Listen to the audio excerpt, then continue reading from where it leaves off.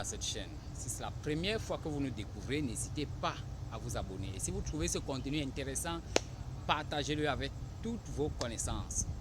Qu'est-ce qu'on appelle voyage astral? Et est-ce que le voyage astral est utile? Alors, beaucoup de gens parlent de voyage astral. Voyage astral.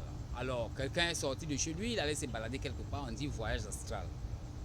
En réalité, il faut comprendre que le mot voyage astral est un mot générique qui veut simplement signifier qu'il y a eu déplacement d'un être dans l'espace. C'est-à-dire que quelqu'un s'est déplacé sans se déplacer physiquement. Voilà ce que les gens entendent de manière courante, ce que les gens entendent de façon courante dans cette expression de voyage astral. Maintenant, nous allons parler en termes de personnes spirituelles ou des personnes initiées ou des personnes spirituelles. Le mot voyage astral n'a pas la même connotation que les personnes ordinaires. Le voyage astral, c'est un phénomène qui peut même paraître effrayant pour certaines personnes. Lorsqu'on parle de voyage astral, certaines personnes y voient que le mal. Ils se disent que ce sont des gens qui se déplacent pour aller faire du mal. Que non, ce n'est pas ce que cela veut dire. Le voyage astral n'est pas l'apanage de ceux qui vont faire le mal. En fait, c'est ceux qui font le mal qui exploitent mal le voyage astral, c'est-à-dire l'exploitent à des fins pernicieuses. Il existe la base astrale et la haute astrale. Les gens qui font du mal font ce qu'on appelle la base astrale. Ils ne savent pas réellement à quoi sert un voyage astral. Et ils le font d'ailleurs mal. C'est justement parce qu'ils le font mal qu'ils ne trouvent pas ce qu'on retrouve en faisant un voyage astral qu'ils vont finir par faire des choses négatives. Et donc, généralement, ils vont sortir pour aller faire des choses négatives et ils vont transmettre cela à ceux qui les écoutent ou alors à leur descendance. C'est de la mauvaise connaissance, c'est de la connaissance erronée, c'est de la connaissance destructive. Ces gens font la base astrale. Un sorcier qui sort sur l'aspect djinna, qui sort par exemple de son corps, pour aller, c'est pas, comment on peut dire ça, pour aller peut-être espionner quelqu'un au voisinage, ne fait pas en réalité un voyage astral. Mais on convient d'appeler ça la base astrale. Il y a également ce qu'on appelle le voyage astral, qui est la haute astrale et qui est pour ceux qui savent pourquoi ils font spiritualité.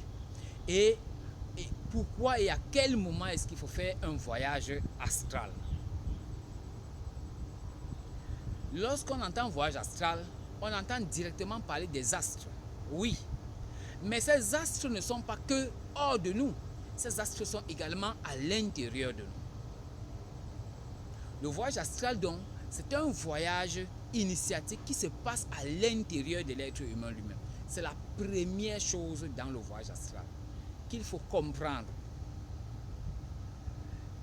Un maître peut sortir de son corps, par exemple, aller jusqu'à la planète Mercure, même Vénus. Il peut aller jusqu'à Pluton et dépasser, aller loin. Mais ce n'est pas seulement ça l'astral. L'astral va plus loin. Le voyage astral est un voyage initiatique à l'intérieur de l'homme parce que la nature est le macrocosme, l'homme est le microcosme. Donc tout ce qui se retrouve dans la nature se retrouve à l'intérieur de l'homme. Tout ce qu'il y a dehors est dedans. C'est à ce moment-là qu'on dit que l'homme est fait à l'image. À l'image. Pourquoi à l'image? Parce qu'il y a un corps cosmique de Dieu. Nous parlerons de cela plus en détail dans une autre vidéo. Et lorsque l'homme est donc fait à l'image de ce corps cosmique de Dieu, il reflète les qualités de la divinité pour certains endroits. On dit à la ressemblance. Et donc maintenant, l'homme peut être souillé, corrompu, et ne donc pas vraiment refléter ces qualités-là. Et donc, la spiritualité, donc, c'est de refaire ce voyage pour conquérir tout ce qu'on a perdu. Ces royaumes perdus, comme on vous les présente dans les bandes dessinées. Pour conquérir tous ces royaumes perdus.